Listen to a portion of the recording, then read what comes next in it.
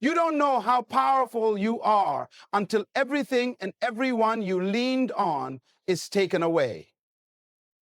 You don't discover the voice of God until silence becomes your only friend. And you don't know the strength of a woman until she's been broken by the hand of the one who called her. Some of you are crying over a breaking that is actually a blessing in disguise. You think it's a blueprint. You think it's rejection, but it's redirection. God is not breaking you to destroy you. He is breaking you to reveal you. The women God uses do not emerge from comfort. They are born in the fires of brokenness. He breaks them not because they are weak, but because he sees something inside of them that must be released, something the world hasn't seen yet. God does not use what has not been surrendered, and he does not elevate what has not been emptied. Before he multiplies a woman, he must first reduce her to nothing but himself. God will remove what you think you need to show you who you really are. He'll take away the emotional crutches. He'll disconnect the soul ties. He'll dry up the wells of dependency, because you cannot walk in divine purpose while your confidence is still attached to someone else's opinion. He's not trying to hurt you. He's trying to free you. Some of you are experiencing divine detachment. You feel alone, not because you are abandoned, but because you are being reintroduced to your original self. Apart from the clutter, the applause, the expectations, that loneliness you feel is not emptiness. It's a sacred isolation where God begins to speak with clarity. When God wants to use a woman, he silences the noise around her. He sets her apart, because destiny doesn't grow in crowds, it grows in caves. God breaks the woman to detox her soul. You cannot carry bitterness into your assignment. You cannot carry fear into your future. And so he begins to strip, not to shame, but to sanctify. He is not rejecting you. He is refining you. And he knows that if he doesn't break your dependence on emotion, you will sabotage your elevation. Every woman God ever used in scripture was broken first. Esther lost her family. Ruth lost her husband. Hannah wept in the temple. Mary was misunderstood and isolated. But from that broken place came influence, authority, and glory. Because the oil only flows when the jar is crushed. The anointing doesn't rest on perfection, it rests on surrender. You see, emotional detachment is not coldness, it's confidence. It is the understanding that your soul belongs to God, not to approval. It is the posture of a woman who knows her worth even when others walk away. It is the peace of knowing that your identity is not wrapped in being wanted, but in being chosen. And when God breaks you, he is not trying to reduce your value. He is trying to reveal your power. A woman who is broken by God no longer fears being alone, because she has learned that being alone with God is safer than being surrounded by people who don't know her calling. She's not moved by compliments.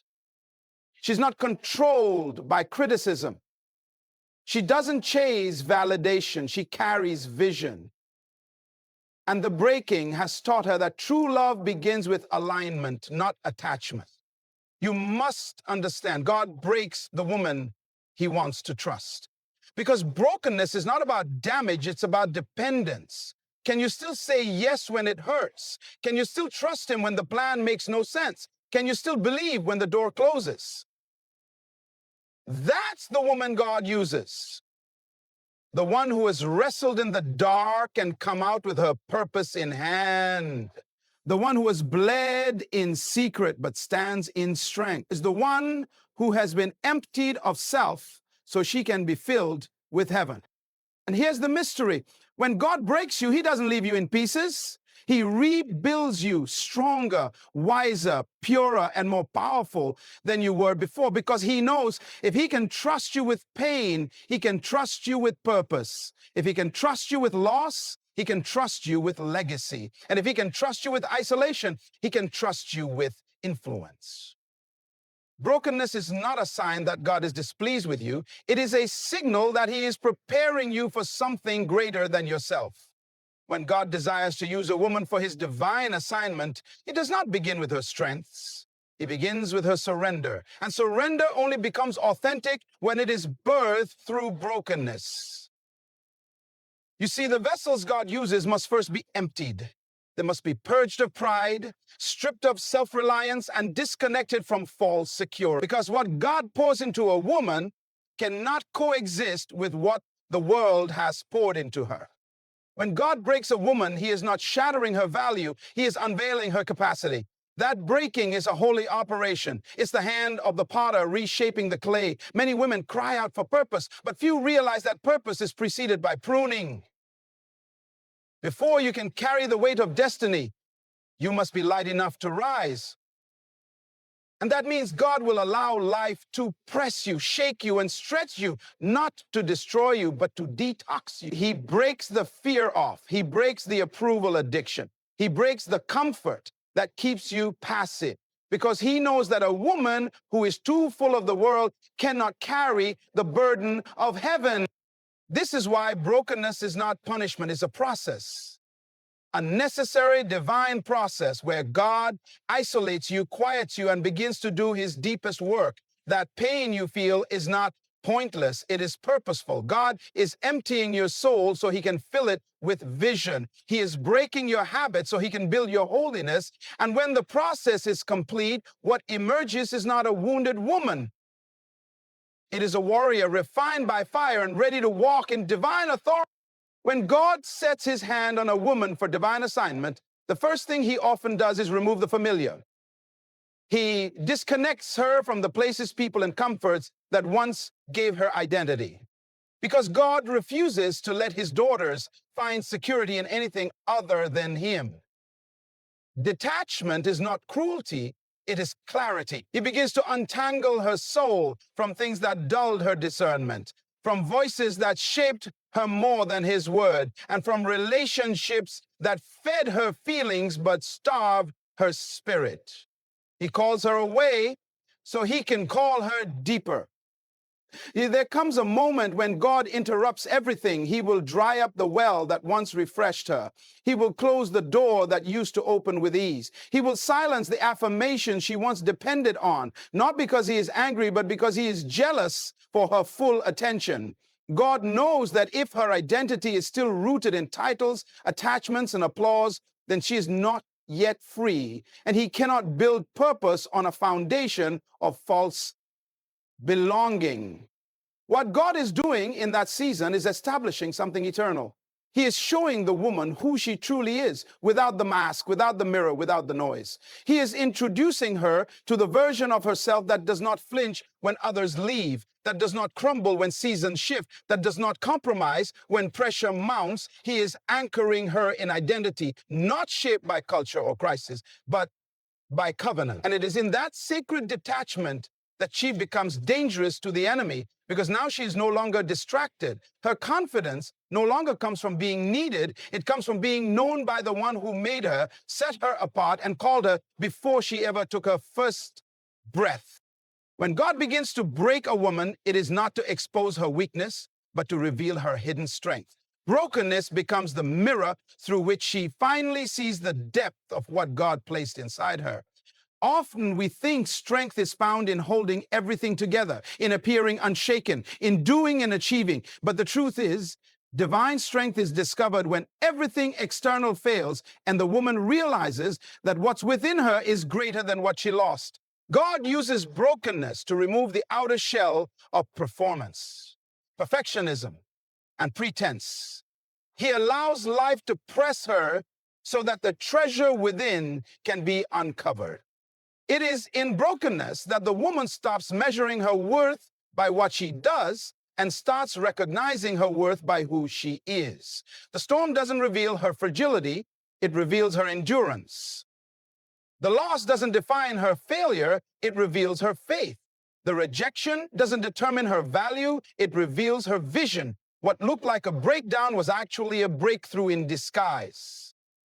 because God uses pain as the stage to showcase what he secretly deposited in her spirit.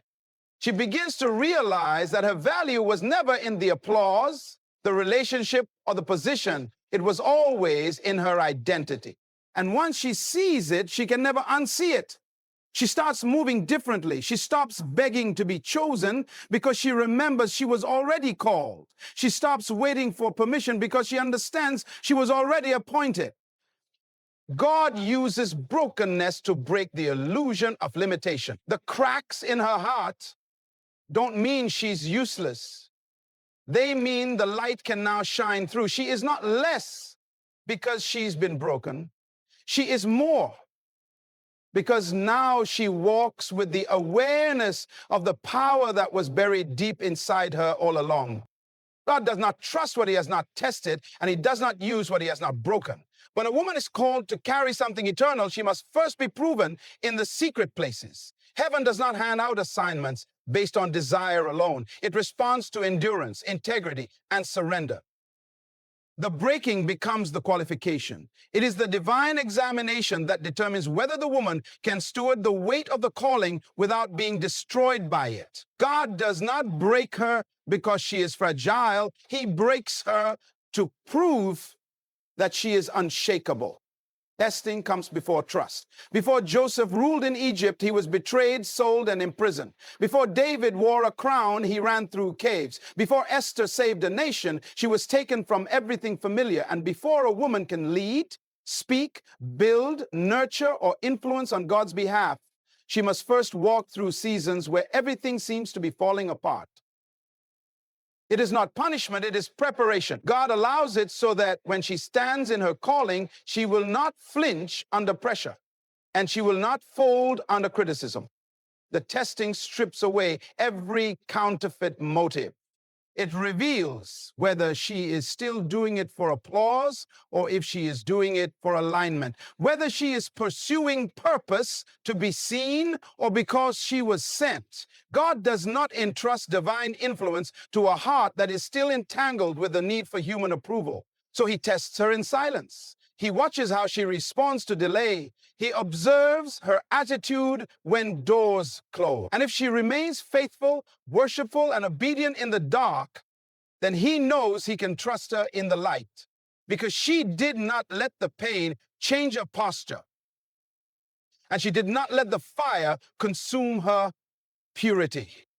When God begins to elevate a woman into divine purpose, one of the first shifts he initiates is emotional detachment. Not because he wants her to be numb, but because he wants her to be rooted.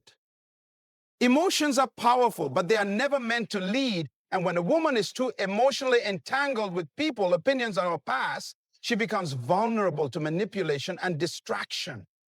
God separates her so he can stabilize her. He quiets the emotional noise so that his voice becomes the loudest sound in her soul. Emotional detachment is not hardness, it is holiness. It is the sacred boundary where the woman learns to feel deeply, but not be led by what she feels. She can love without losing herself. She can serve without seeking validation. She can walk away from what no longer aligns without guilt or apology. That level of clarity can only come when God has taken her through a season of deep internal transformation. He disconnects her from emotional crutches so she can finally stand on the foundation of truth. When a woman becomes emotionally detached in God, she is no longer controlled by chaos. She is led by conviction. She is not swayed by mood swings or manipulated by false intimacy. She knows how to discern the difference between divine alignment and emotional attachment. She knows when to stay and when to walk away, not out of bitterness, but out of wisdom. And that wisdom produces authority. The enemy cannot control a woman whose emotions are governed by truth. She is dangerous to darkness because she doesn't react, she responds. She doesn't cling, she releases. She doesn't beg, she commands. And all of this flows from her ability to let go emotionally of what God never assigned so she can fully embrace what he has destined A woman cannot step fully into her divine purpose while she is still hungry for external validation. As long as her identity is tied to how others see her, she will live limited by their expectations. God cannot build his vision on a foundation that shifts with every compliment or criticism. He must anchor her in something unshakable, and that is why he begins the breaking process, so she can be free from the need to be seen, approved, or applauded by people.